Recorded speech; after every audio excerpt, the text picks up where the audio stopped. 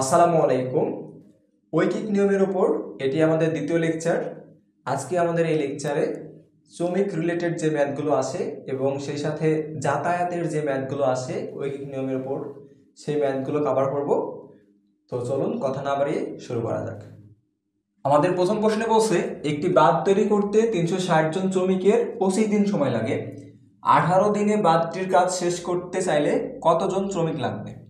তাহলে দেখেন এই ম্যাথগুলো সমাধান করতে গেলে আমরা প্রথমে দেখবো যে আমাদের টোটাল কাজের পরিমাণ কত। তো দেখেন 360 জন লোক বা শ্রমিক 25 দিনে কাজ করছে। তাহলে 360 জন শ্রমিক যেহেতু 25 দিন কাজ করছে, তাহলে এটা হচ্ছে আমার টোটাল কাজের ইউনিট। এই কাজটার মাধ্যমে আমরা কি করছি, একটা বাঁধ কমপ্লিট করছি। এখন এই পরিমাণ কাজ আমি 18 দিনে শেষ করতে চাচ্ছি। এই ক্ষেত্রে আমাদের কতজন শ্রমিক লাগবে সেটা হিসাব করতে বলছে। তো আমরা ধরলাম যে 18 দিনে যখন আমাদের কাজটি শেষ করতে হবে তখন একজন শ্রমিক লাগবে। তাহলে এই এক্সের মান এখন বের করতে হবে। তাহলে আমাদের 360 গুণন হচ্ছে 25 আর 18 এই পাশে ভাগ চলে যায়। তাহলে কত থাকে? 18 দুগুণে 36, 20, 25। তাহলে 20 দিয়ে 25 গুণ করলে 25 দুগুণে 50, 500 আসে। তাহলে আমি যদি 18 দিনে কাজটা শেষ করতে চাই আমার 500 জন শ্রমিক লাগবে। তাহলে অপশন ঘ সঠিক। 2 নম্বর প্রশ্ন বলছে 8 জন লোক একটি কাজ 6 দিনে করতে পারে। কাজটি 3 দিনে করতে হলে কতজন নতুন লোক নিয়োগ করতে হবে? তো দেখেন সেম প্রশ্ন, 8 জনে একটি কাজ 6 দিন করতে পারতো। তাহলে এখানে টোটাল কাজের পরিমাণ কত? 8 জন লোক 6 দিন কাজ করছে, তাহলে এটা হচ্ছে আমার টোটাল কাজ। এখন এই কাজটাই আমাকে কি বলছে, 3 দিনে করতে হবে। তাহলে 3 দিনে করতে হলে কতজন শ্রমিক লাগবে বা কতজন লোক লাগবে? তাহলে 3 দিন করতে গেলে আমরা ধরলাম একজন লোক লাগবে। তাহলে এখান থেকে এক্স এর মান বের করলে হচ্ছে, তাহলে 3 দুগুণে 6, এক্স ইজিক্যাল টু কত থাকে? এক্স ইজিক্যাল টু আমাদের থাকে হচ্ছে 8 দুগুণে 16। তাহলে এখন দেখা যাচ্ছে আমাদের 16 দিন, 3 দিন আমার কাজটা শেষ করতে গেলে 16 জন শ্রমিক লাগবে। এখন দেখেন আমার বলছিল নতুন কতজন নতুন লোক নিয়োগ দেওয়া লাগবে। নতুন বলতে কি বোঝায়? আগে 8 জন ছিল, এখন 16 জন লাগবে। তার মানে নতুন আরও কতজন লাগবে? নতুন আরও 8 জন লাগবে। অর্থাৎ এই যে আমাদের এটা থেকে 8 বিয়োগ করে দেওয়া লাগবে। 8 বিয়োগ করে দেখেন 8 আসে। তাহলে আমাদের বলছিল যে 8 জন শ্রমিক একটি কাজ 6 দিনে করতে পারে। কাজটি 3 দিনে করতে গেলে কতজন নতুন নিয়োগ দেওয়া লাগবে? তো আমরা দেখলাম যে আমাদের 3 দিনে কাজ করতে গেলে 16 জন লাগে। তাহলে নতুন নিয়োগ দেওয়া লাগবে কতজন? আগে ছিল 8, এখন লাগবে 16। তার মানে আমাদের নতুন নিয়োগ দেওয়া লাগবে আরও 8 জনকে। 3 নম্বর প্রশ্নে বলছে একটি বাঁধ তৈরি করতে 250 জন শ্রমিকের 24 দিন সময় লাগে। 15 দিনে কাজটি শেষ করতে অতিরিক্ত কতজন শ্রমিক লাগবে? তাহলে দেখেন এই ক্ষেত্রে আমাদের অতিরিক্ত কতজন সেটা চাচ্ছে। তাহলে আমরা ফার্স্টে কি দেখবো, আমাদের টোটাল কাজের পরিমাণ কত। তাহলে 250 জন শ্রমিক 24 দিন কাজ করেছে, তাহলে এটা হচ্ছে আমাদের টোটাল কাজের ইউনিট। এখন বলছে 15 দিনে কাজটি শেষ করতে হবে। তাহলে 15 দিনে কাজটি শেষ করতে কতজন অতিরিক্ত লাগবে? তাহলে আমরা আগে ধরলাম যে 15 দিনে যদি এই কাজটা শেষ করতে চাই এক্স জন শ্রমিক লাগবে। তাহলে এক্স এর মান আগে বের করব। তাহলে কত আসবে? 250 গুণন 24 বাই হচ্ছে 15। তাহলে যদি কাটাকাটি করি তাহলে 3 আসতে 24, 3 পাঁচা 15, 5 দিয়ে কাটলে 5 পাঁচা 25। তাহলে 50কে 8 দ্বারা গুণ করলে আমাদের আসে 400। তাহলে দেখেন আমি যদি 15 দিনে শেষ করতে চাই আমার 400 জন শ্রমিক লাগবে, কিন্তু আমার আগে শ্রমিক ছিল কতজন? 250 জন। তাহলে নতুন লাগবে কতজন? 150 জন। 4 নম্বর প্রশ্নে যেটা বলছে 30 জন শ্রমিক 20 দিনে একটি বাড়ি তৈরি করতে পারে। কাজের শুরুর 10 দিন পর খারাপ আবহাওয়ার জন্য 6 দিন কাজ বন্ধ রাখতে হয়েছিল। নির্ধারিত সময়ে কাজটি শেষ করতে অতিরিক্ত কতজন শ্রমিক লাগবে? তাহলে আমি ফার্স্টে দেখবো যে আমার টোটাল কাজ ছিল কত ইউনিট। তো দেখেন 30 জন শ্রমিক 20 দিনে কাজটা করতে পারতো, তাহলে টোটাল কাজ ছিল আমাদের 600 ইউনিট। কাজ শুরুর 10 দিন পর, মানে 10 দিন কাজ করছে, তাহলে 10 দিন কাজ করার পর আবহাওয়া খারাপ হয়েছে, এই জন্য 6 দিন কাজ বন্ধ রাখছে। তাহলে যেহেতু 10 দিন কাজ করছে, কতজন শ্রমিক? 30 জন শ্রমিকই 10 দিন কাজ করছে, তাহলে এখানে কাজ করা হয়েছে কত ইউনিট? 300 ইউনিট। টোটাল কাজ ছিল 600 ইউনিট, 10 দিন কাজ করতে পারছে, ফলে কাজ শেষ হয়েছে কত ইউনিট? 30 ইউনিট। 300 ইউনিট শেষ হয়েছে, তাহলে বাকি আছে কতটুকু? এখনও 300 ইউনিট কাজ বাকি রয়েছে। এখন কি বলছে? আবহাওয়া খারাপের জন্য 6 দিন কাজ বন্ধ করে রাখা হয়েছে। তাহলে আমাদের টোটাল দিন ছিল 20, এর মধ্যে আমরা 10 দিন কাজ করলাম, তাহলে বাকি থাকলো কত? 10। এখন এই 10 দিনের মধ্যে আবার 6 দিন কি আবহাওয়া খারাপ, তাহলে আবহাওয়া খারাপের জন্য কাজ বন্ধ রাখা লাগছে। তাহলে বাকি আছে কয়দিন? 4 দিন। তো বলছে যে নির্ধারিত সময়ের মধ্যে, নির্ধারিত সময় মানে কি, ওই যে আমাদের 20 দিনে শেষ করতে চাইছিলাম, ওই 20 দিনে নির্ধারিত সময়ের মধ্যে কাজটি শেষ করতে অতিরিক্ত কতজন শ্রমিক লাগবে। তো দেখেন আমাদের এখনো 4 দিন অবশিষ্ট রয়েছে। এই 4 দিনে আমাদের এই 300 ইউনিট কাজ শেষ করতে হবে। তো আমাদের বলছে যে 4 দিনে যদি কাজটা শেষ করতে চাই তাহলে অতিরিক্ত কতজন শ্রমিক লাগবে। তো আমরা দেখি আমাদের কাজ বাকি আছে 300 ইউনিট, 4 দিন সময় আছে। এই 4 দিন আমরা ধরলাম একজন লোক যদি কাজ করে তাহলে এই একজন শ্রমিক এই কাজটা কমপ্লিট করতে পারবে 4 দিনে। 300 ইউনিট কাজ 4 দিনে কমপ্লিট করতে পারবে। তাহলে এক্স এর মান যদি বের করি তাহলে আসবে 300/4। তাহলে 4 7 28, 4 5 20। তাহলে দেখেন আমাদের 75 জন শ্রমিক লাগবে। আমি যদি 4 দিনে এই 300 ইউনিট কাজ করতে চাই তাহলে আমার 75 জন শ্রমিক লাগবে। তাহলে বলছে যে অতিরিক্ত কতজন লাগবে। তাহলে আমার আগে শ্রমিক ছিল 30 জন, এখন লাগবে 75 জন, তাহলে অতিরিক্ত লাগবে 45 জন। অপশন খ সঠিক। 5 নম্বর প্রশ্ন বলছে 30 জন লোক একটি কাজ 24 দিনে করতে পারে। কাজ চলাকালীন সময়ে 12 দিন পর 15 জন লোক চলে গেল, বাকি লোক কত দিনে অবশিষ্ট কাজ করতে পারবে। তো সেম প্রশ্ন, 30 জন লোক একটি কাজ 24 দিনে করতে পারে। তাহলে আমাদের টোটাল কাজের পরিমাণ কত? 30 × 24, 24 × 48, 3 24 কত আসে? 72। তাহলে 720 ইউনিট হচ্ছে আমার টোটাল কাজ। এখন কি বলছে? কাজ চলাকালীন সময়ে 12 দিন পর 15 জন লোক চলে গেল।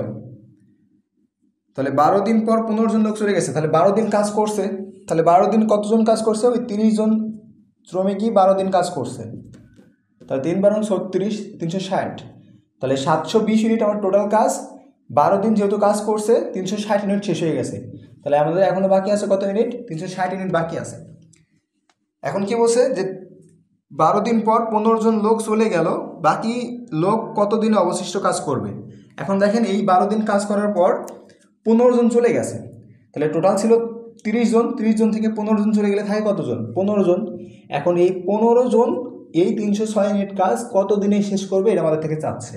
তো আমরা ধরলাম এক্স দিনে কাজটা সম্পূর্ণ করতে পারবে। তাহলে এক্স এর মান বের করি আমরা। তাহলে এক্স ইকুয়াল আসবে 360 বাই হচ্ছে কত? 15। তাহলে 15 দুগুণে 30, তাহলে থাকে হচ্ছে 60, 4 15 60। তো দেখেন আমাদের 24 দিন লাগবে।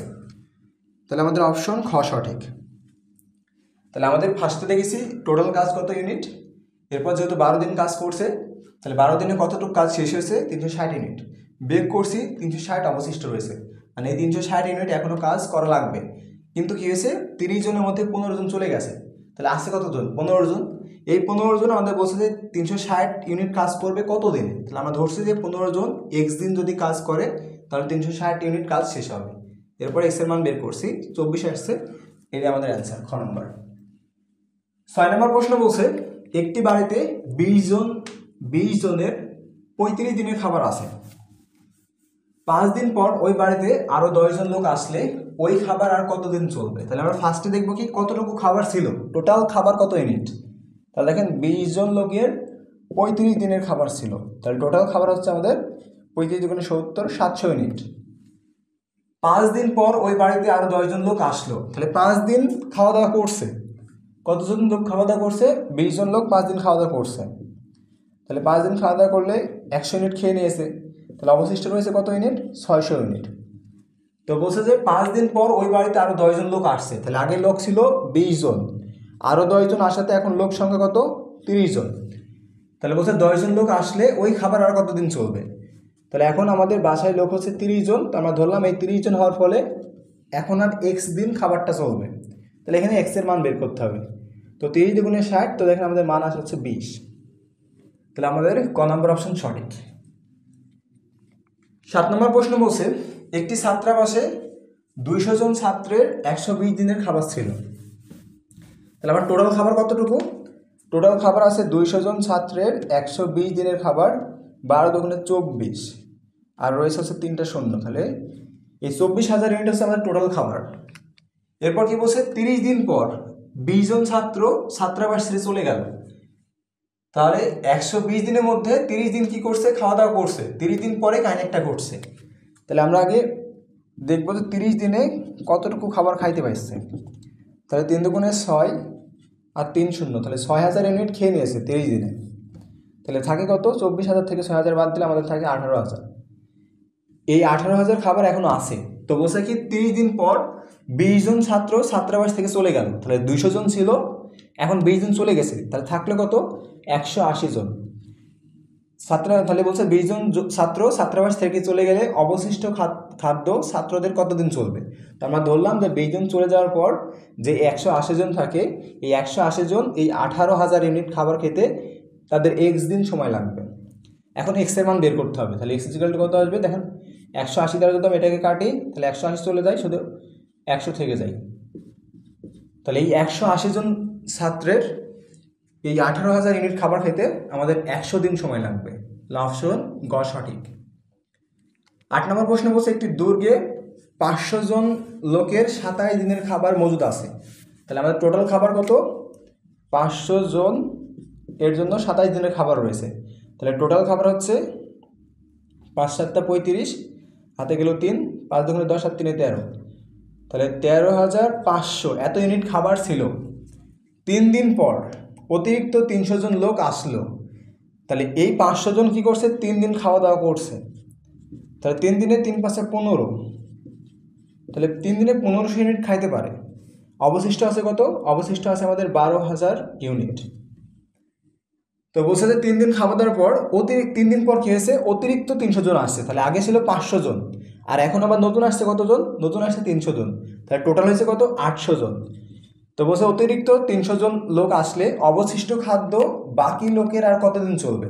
আমরা ধরলাম যে অতিরিক্ত 300 জন আসার ফলে আমার বাকি যে খাদ্যটা আছে সেই খাদ্যটা এক্স দিন চলবে। দেখেন এখান থেকে এক্স এর মান বের করতে হবে।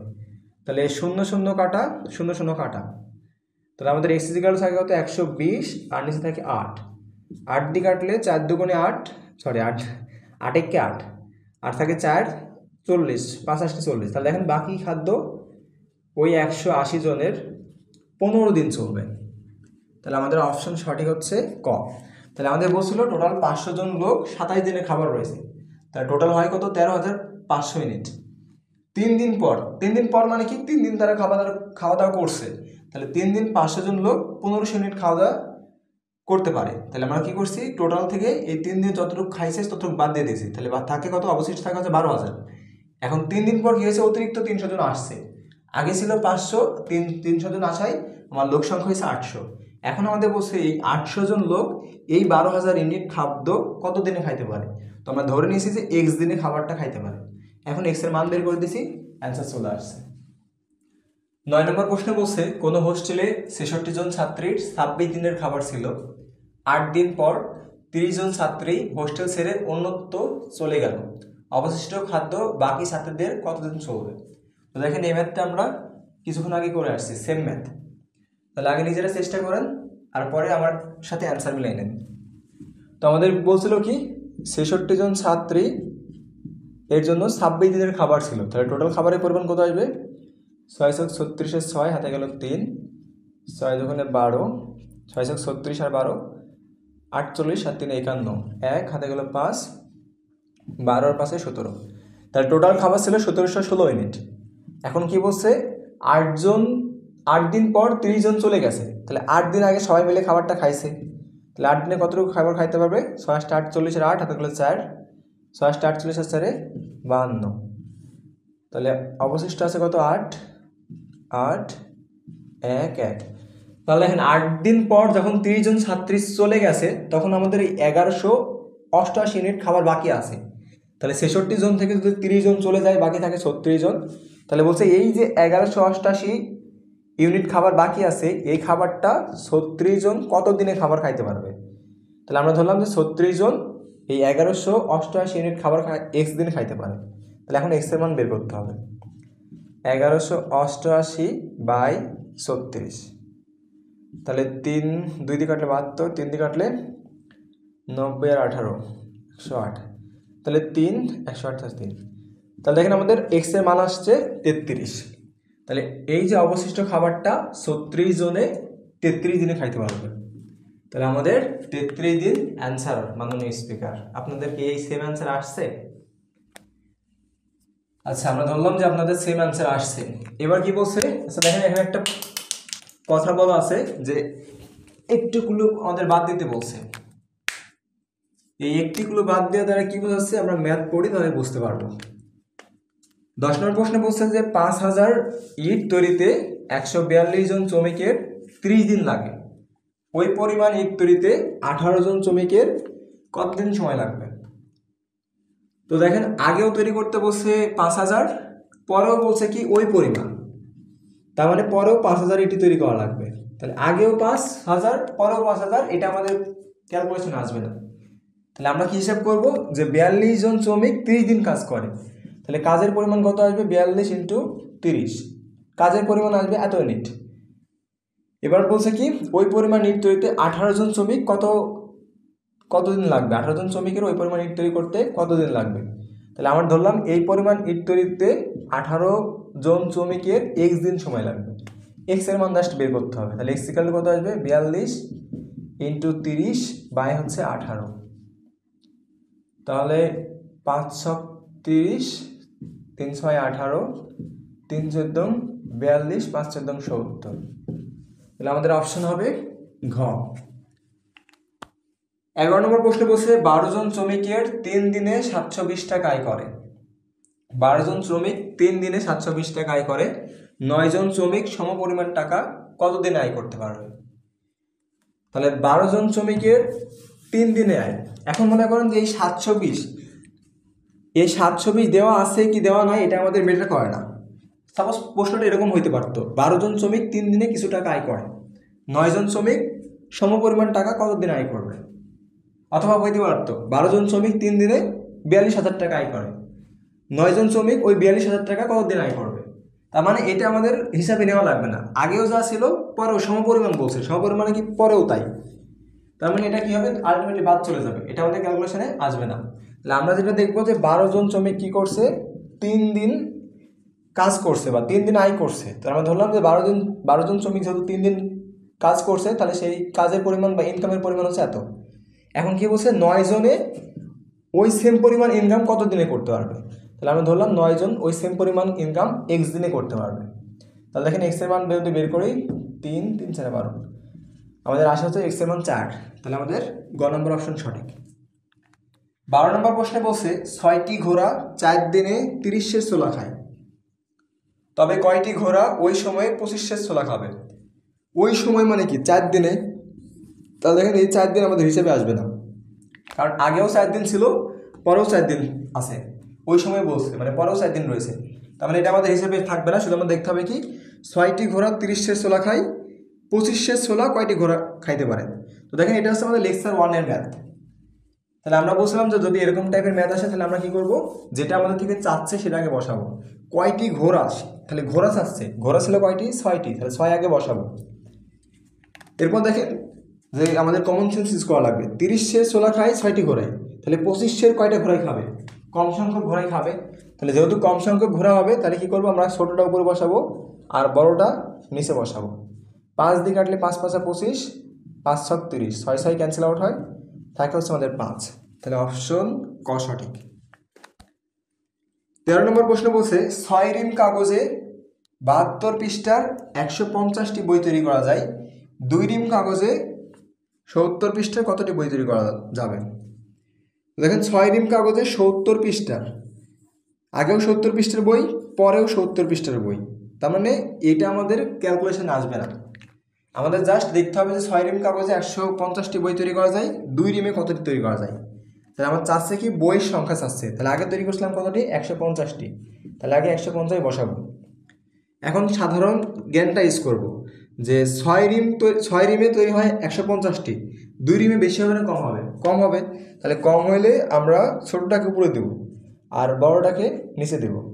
কাটাকাটি করলে 3 দুগুণে 6, 3 দিয়ে কাটলে 3 50 150। তাহলে আমাদের অপশন হচ্ছে 50, খ নম্বর অপশন আমাদের সঠিক।